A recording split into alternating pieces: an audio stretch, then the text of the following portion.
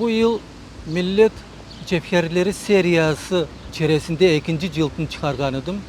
Birinci kurultay devrinde 1917-20 senelerinde Millet gazetasında basılgan publisist eserler ciyintiği sayıla. Bu yerde pek çok meraklı faktlarını görmeye mümkün. Mesela Ethem Feyzi Altuk degen bir yazıcımız vardı, diasporanın vekili.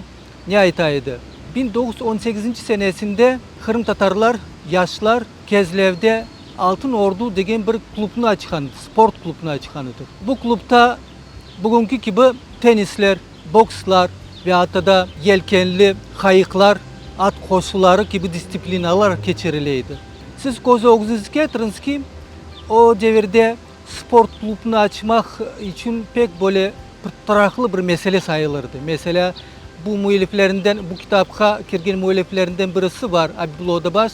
Korbikul kezintileri degen bir makallerinde ne yazar?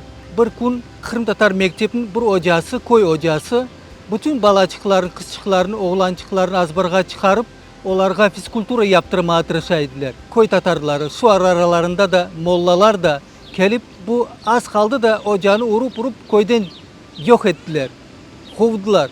Ancak bunlar fizkultura, beden hareketlerinde sanki titat olarak Kazakların, çokunganların gibi göreydiler.